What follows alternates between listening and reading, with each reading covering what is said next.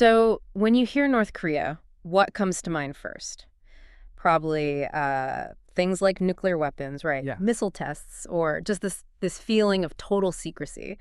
But what if there was a way to actually, peel back some of those layers to get a real sense of how the country actually works on the inside? I mean, from its hidden military bunkers all the way to, surprisingly, informal street markets. Today, we're doing a deep dive into a really fascinating visual investigation by Johnny Harris. It's called Inside North Korea: How It Actually Works. And he does this amazing job of weaving together satellite images, really powerful stories from defectors, expert data, documentary research. It paints a very unique picture. Exactly. And our mission today really is to try and unveil that deep internal structure. Yeah. The state, the society. We want to go beyond just the headlines and look at the actual mechanisms of control. How does it all function?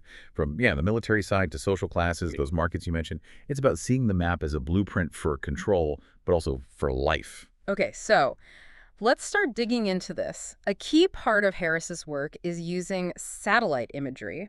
And it's more than just looking at a map, isn't it? It's like this secret window onto a landscape that's been profoundly engineered, purpose-built for control. It really is. What's striking when you look at those images is you see cities, villages that aren't just there. They seem specifically built around surveillance, around ideology and containment. Mm. You can actually see the internal surveillance, fences, checkpoints, barriers between provinces, not just at the border, but like woven through the country. Yeah. And then there's the military footprint. It's just, staggering. Over 10,000 military installations, nuclear bunkers, escape tunnels apparently for the Kim family, and something like 900 artillery pieces pointed directly at South Korea. Chilling stuff. Wow, 10,000 installations, 900 guns aimed south. That sheer scale, it tells you something fundamental about the state, doesn't it? Beyond just defense. Absolutely. The key insight, I think, is that it shows militarization isn't just part of the state. It's maybe the main organizing principle for, everything.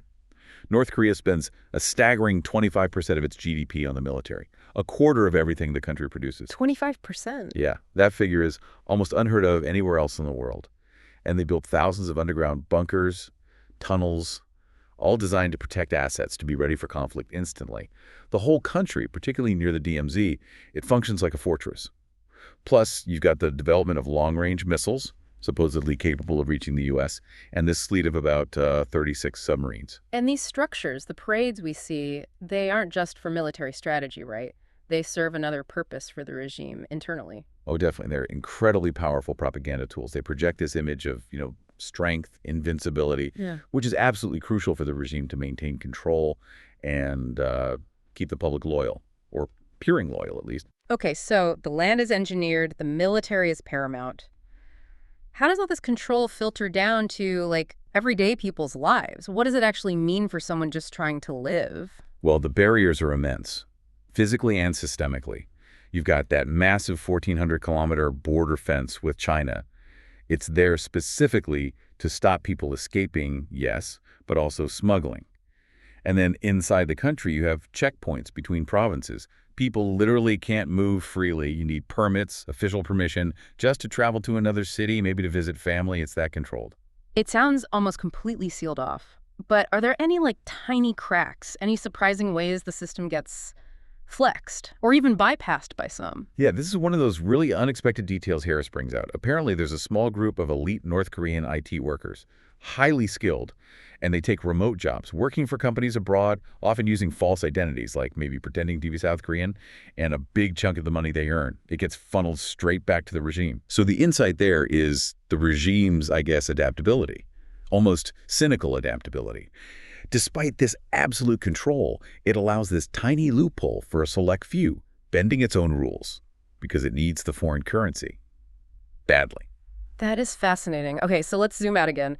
From individual movement to how whole communities are laid out, city planning itself seems like another layer of this political engineering. How does that work? Oh, absolutely. North Korean cities are meticulously designed. You see these huge, often empty boulevards, central squares, massive monuments glorifying the Kims. The layout isn't about traffic flow or convenience. It's for facilitating those huge military parades and ideological rallies. And then homes, jobs, community life, it's all assigned centrally. Often workers live right next door to their workplace. So you might have housing blocks built specifically around, say, a fruit processing plant, or this thing called a vinylon plant. It's a synthetic fiber, key to their self-reliance idea. So everything is sort of preordained, placed. Pretty much. Streets are often eerily empty. Personal cars are incredibly rare. Most people use buses if they travel within the city. You also find these showcase churches and mosques, mostly just for show, to signal religious tolerance to outsiders. Real religious freedom is heavily suppressed. And then there are these grand projects, ski resorts, water parks, children's traffic parks, often underused. They're more about demonstrating the regime's capability than meeting actual needs. Right, showpieces. So with this central planning dictating almost everything, it makes Harris's next point really stand out. This surprising counterforce, the rise of the black market or informal markets. Yeah, the shadow economy. It really took off after the big famine in the 1990s. It was devastating, and people just had to find other ways to survive.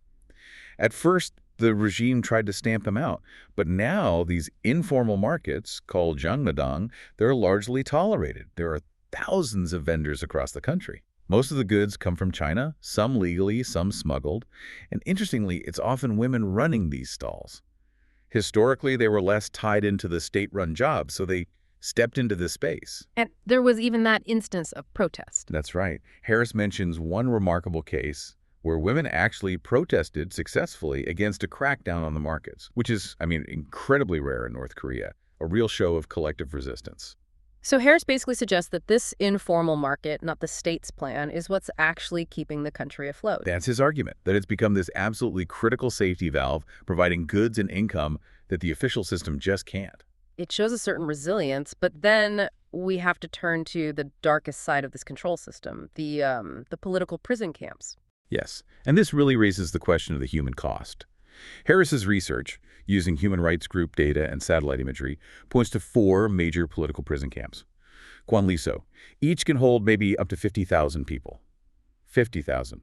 Often, it's not just one person accused of disloyalty, but their entire family for generations. Children are born in these camps. They never leave. Born into a prison camp. Yes, they're located deep in the mountains. Forced labor is the norm. Mining, farming, factory work. Conditions are brutal. The UN has described them as human rights abuses with no parallel in the modern world. And here's a really chilling detail.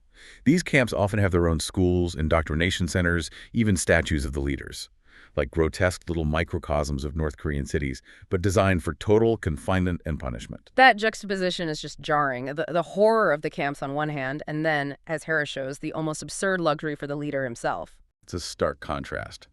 You see Kim Jong-un's lavish palace on the beach, in Wonsan private train station, yacht, the works.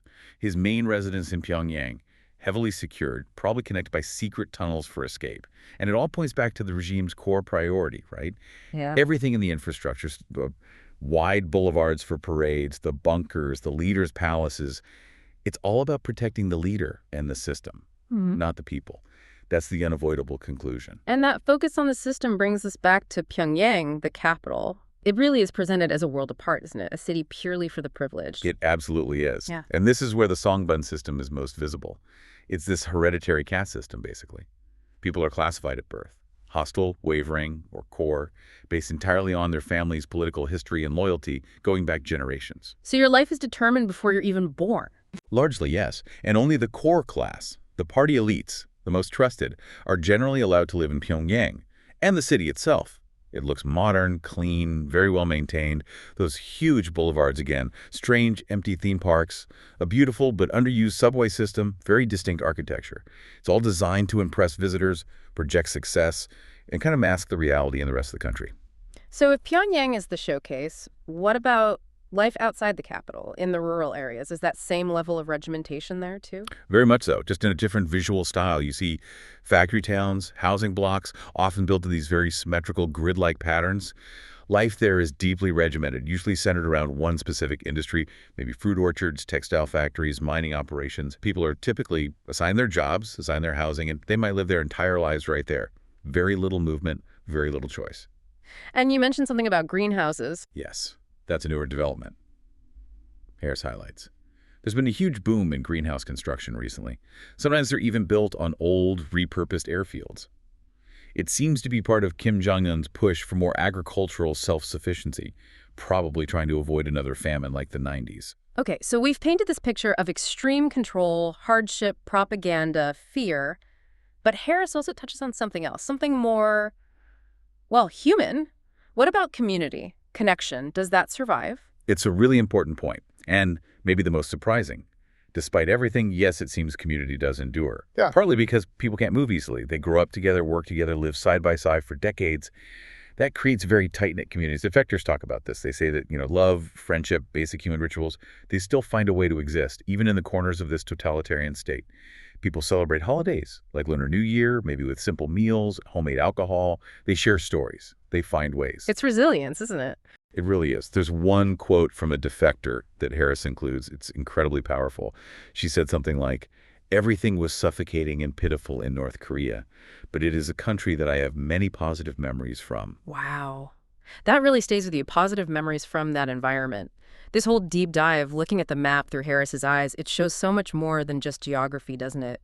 It reveals ideology, fear, control, but also that unexpected resilience. Exactly. And it leaves you with a pretty profound question, I think. What does it actually take for human connection, for community, even for positive memories, to survive in an environment so deliberately engineered for control?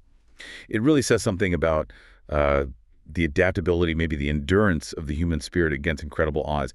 Absolutely. A lot to think about there. And if you, listening, are as captivated by this as we are and want to go even deeper, Johnny Harris himself strongly recommends a book. It's called Nothing to Envy by Barbara Demick. It gives a really powerful personal look at life inside North Korea, told through the experiences of several people who managed to leave. Definitely worth checking out if you want to continue this exploration on your own.